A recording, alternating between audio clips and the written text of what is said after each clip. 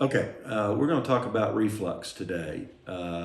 Some of the misconceptions and try to line up some of the anatomical and physiological features that go with reflux.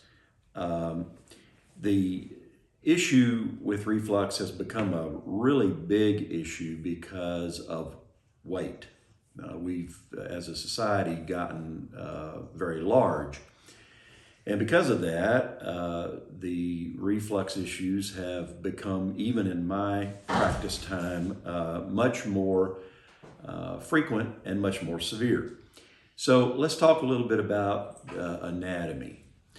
First of all, when you discuss the human anatomy, we are bound by gravity, which in most cases, when we are physiologically healthy, work for us. But in the circumstances surrounding our being overweight, reflux and gravity have frequently been at odds.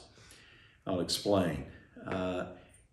If most of your time is spent upright, then gravity works for you. Most of the time, if you have functioning physiology that is how it's supposed to be, then the intent of the GI tract is to pass things from the back of your throat through your esophagus and down into your stomach. Well, gravity serves a useful purpose in that regard as long as you're upright. But when you are no longer upright and become recumbent, then what happens is the gravitational pull actually works against you, particularly if the angles that are placed at the time of your birth become distorted. Again, let me explain. So when you put something in your mouth and you chew it up and swallow it, the material that passes from the back of your throat into your esophagus with gravity easily moves from the back of your throat with a little bit of push by the esophageal motility into the stomach. There are two basic sphincters that serve a protective and a physiologically promotional improvement in movement of things into your stomach. The upper esophageal sphincter, which is under involuntary control for the most part, is also assisted by three muscles that are lined up at the top part of the esophagus or the oropharynx, called the esophageal constrictors. When something passes from your mouth into your esophagus, these constrictors open and the upper esophageal sphincter allows movement of material from the back of your throat into your esophagus. At that point, the automaticity that the esophagus serves as the down escalator, if you will, then moves things from that point, which you partially voluntarily placed there, toward the lower esophageal sphincter, which is the second area of protection afforded us at birth.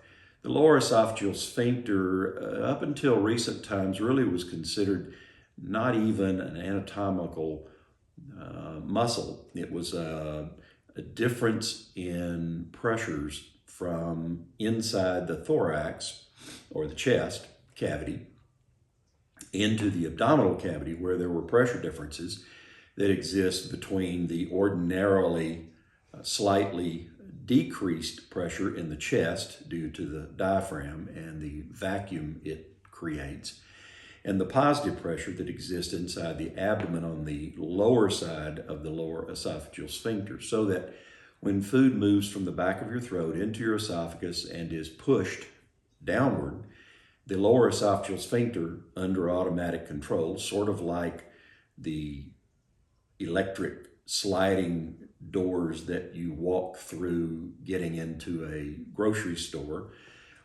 open up and allow material to pass from the esophagus into the stomach.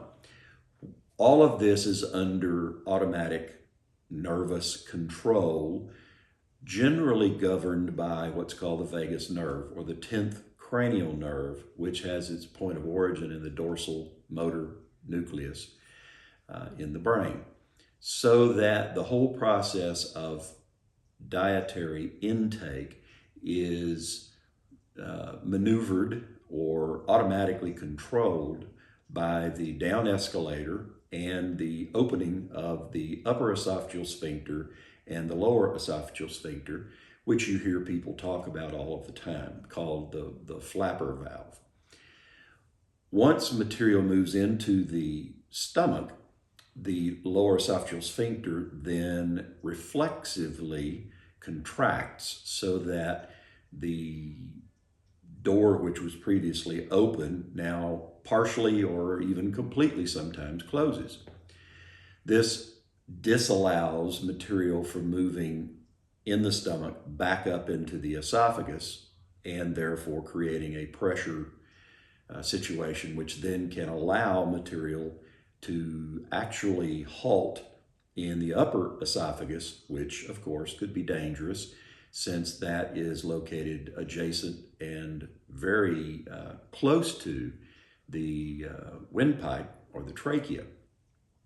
So let's get back to why reflux. Well, it's very difficult to construct a mechanism that allows movement of material from one place to another without allowing that material to move from that other place back to its origin. These one-way valves are very difficult to find in nature and probably don't really exist except in our conceptual assessment of how things we would like to see work. So the lower esophageal sphincter and the upper esophageal sphincter are muscles, and they are automatic control, but they don't allow for strict control. They allow for relative control, meaning that they promote the movement of material from one place to another, but they don't prevent it from moving backwards. As we have enlarged as a society, what has happened is that those previously reasonably effective controls have been partially, or in some cases completely, lost. So that when you lose gravitational pull, that is, you go from being upright to recumbent, those controls become far less effective. There is a particular angle in the stomach where the esophagus and the stomach come together called the angle of His, capital H-I-S. It was identified initially by an anatomical pathologist many years ago, and therefore was given his name. That angle is pretty important, turns out, for maintaining material that moves from the esophagus into the stomach. And if that material moves into the stomach, if the angle of His happens to be in an angulation that promotes movement of material from the stomach back into the esophagus, then the danger of esophageal retention, and therefore pressures transmitted up the esophagus into the back of the throat, become a calculable issue. And you can imagine that when you lose gravitational pull, that is, you lay down at night to go to sleep, the angles become far more important, and therefore risk of material moving back up into the esophagus and the back of the throat, and dangerously in the hovering over the windpipe, therefore putting a person at risk of actually aspirating or inhaling food and liquid down their windpipe becomes a real concern. So what we're seeing today is an increased frequency of reflux. Now, let me quickly get into an anatomical consideration. These small and minor things that we generally never really thought much about back in the day when we were smaller in our size have become quite important. There is a fat pad that actually sits behind the upper stomach and the lower esophagus, which you can find on almost any autopsy assessment and anatomical evaluation. That fat pad expands and contracts based on weight gain and weight loss. Interestingly, it's one of the first fat pads that gains storage for some reason. That fat pad somehow located in its anatomical position makes the angle of hiss become less and less effective.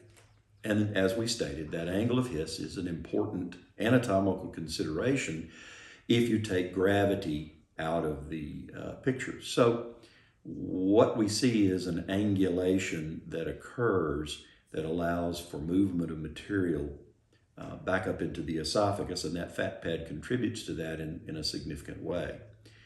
So our first order of business when we're talking about reflux, one of the most important things you can consider in reducing your need for these expensive and possibly toxic antacid medications is weight reduction. And interestingly, probably everybody has sort of a speed bump at a given age. So maybe your speed bump at 18 years of age is almost something not worth considering. But at 28, it becomes slightly more, and at 38 and 48 and so on, until we become old and all of the other compensatory mechanisms that we have built into us begin to fade and become less effective. So material is much easier to gain access to those parts of the anatomy that can become significantly risky. So weight loss makes a big difference. Weight loss cuts out that fat pad, reduces the angle of hiss, makes it more of an acute angle, therefore more of a boundary or barrier for material to move back up into the esophagus when the angle is more obtuse, and therefore simply mathematics allow it to be corrected in large parts so that the parts that are compensatory can in fact become more effective. So if reflux is weight related, and if reflux is an issue that is causing you difficulty, without weight reduction, we have to rely on buffering. We have to rely on de-acidification or de-alkalinization of the liquid that's found inside the stomach cavity, because that's how you digest, break down, or grind, and ultimately absorb food particles. You can imagine that when you eat something solid, you're not going to absorb that into your intestinal tract unless it's broken down and changed chemically into a molecular level so that the small intestine can absorb it efficiently. In order for that to take place, a proper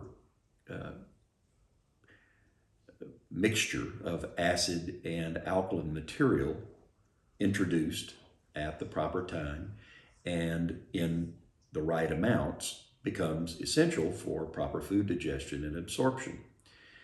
Well, in reflux, the refluxate, that is the material that's found inside the stomach at any given time, if it has a very low pH, and I'll get to that in a minute, or a very high pH, then the top of the stomach and the bottom of the esophagus don't like that chemical complexity. And so the modification of those pH changes, and pH is basically the content of hydrogen and or hydroxyl ions, which are chemically what makes a solution out of the normal pH that we typically find in the body to be functional and be safe. Ultimately, what leads to the quickest death a human body can expose itself to is with severe changes in pH. The body requires a very tightly managed pH composure, and keeps the pH of the body in general, the bloodstream and the body fluids, somewhere between 7.35 and 7.45. So let's simplify it and say 7.40. So that's the pH that the body likes to maintain itself, and in fact rigidly contains itself in order for all of your mechanisms in your body to work properly. That is to say, proper flow or electricity, which is what's necessary for your eyes to twitch and your muscles to move. So the pH in the stomach, which by its normal standards has to maintain a very low pH, that is a very high hydrogen ion content, maintains that pH such that proteins, fat, and carbohydrates are maximally chemically addressed and broken down into their constituent parts for better digestion and better absorption. Well, as you can see, then what is going on is the stomach is a very toxic environment, meaning that if you were able to somehow put your hand down your throat into your stomach and put your index finger in your stomach, you would boil or chemically remove the skin, connective tissue, and muscles right off of your finger if the stomach didn't have a very, very efficient buffering mechanism. Ordinarily, that buffering mechanism works really well, but as you get older, it begins to decline. And so your system then becomes, again, less efficient.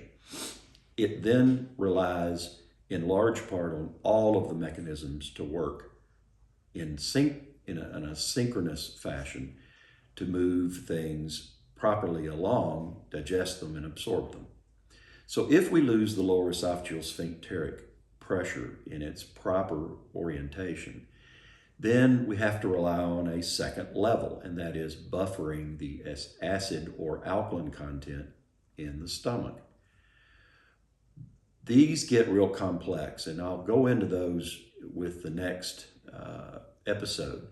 We'll talk about some of the chemical processes that go on inside the stomach. We'll talk about how protein, carbohydrate, and fat are chemically digested, broken down into their component parts, and are then made available for proper preparation by the pancreas, the liver, the biliary tree, including the gallbladder, and then, of course, the enterocytes, which are the lining cells of the small intestine. We'll get into that with the next episode as we talk about some of those things.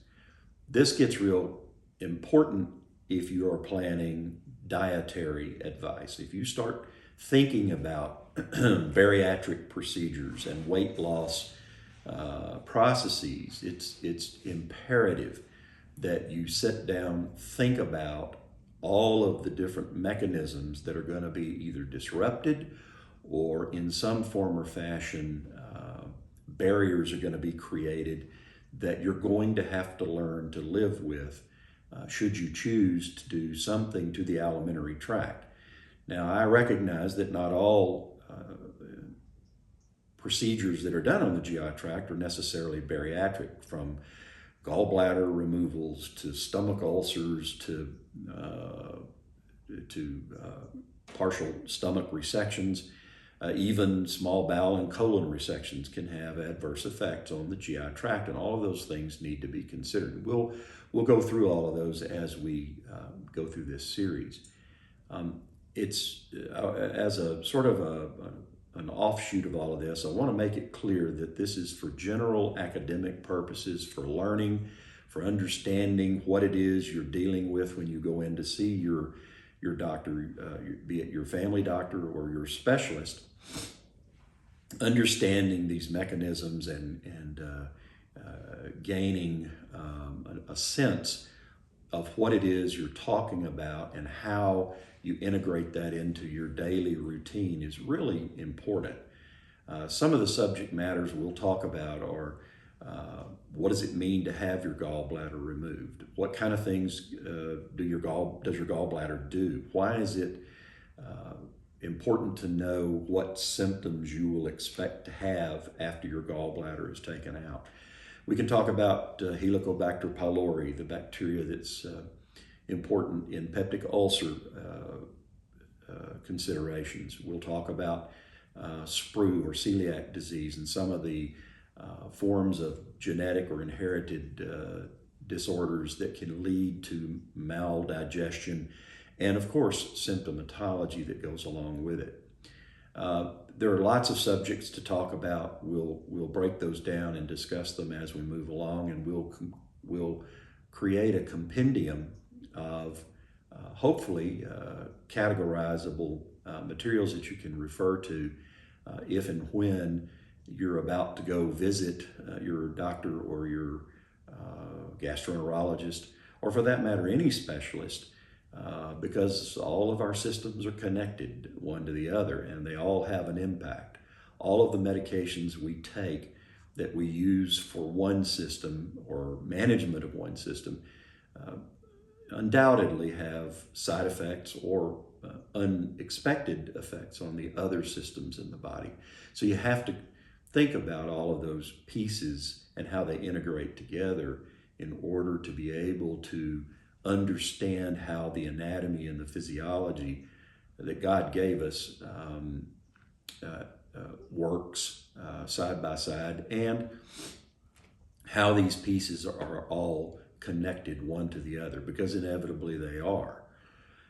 When we surgically, endoscopically, interventionally change the way these things are oriented or how they are attached one to the other, invariably we have unintended, unforeseen side effects or unintended effects that occur that then we have to live with. And sometimes those can be worse than the actual problem that we sought attention to in the first place. So it's going to be a long journey. We're going to talk about all of this subject matter and how it affects or attaches itself to whatever ailment you might have.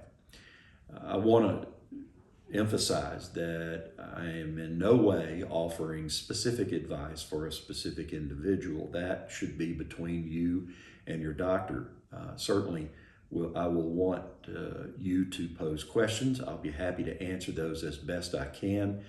But I want to make certain that you understand that given the fact that I can't examine you, I can't go over all of the details, at least in these presentations, that you shouldn't take this information as specific advice to you without talking it over with someone who is trained in these issues. It's important that you know that how we are all put together, in general, we are all put together the same, but there are certainly very specific differences between us all. So we're starting this up to see if there's enough interest out there to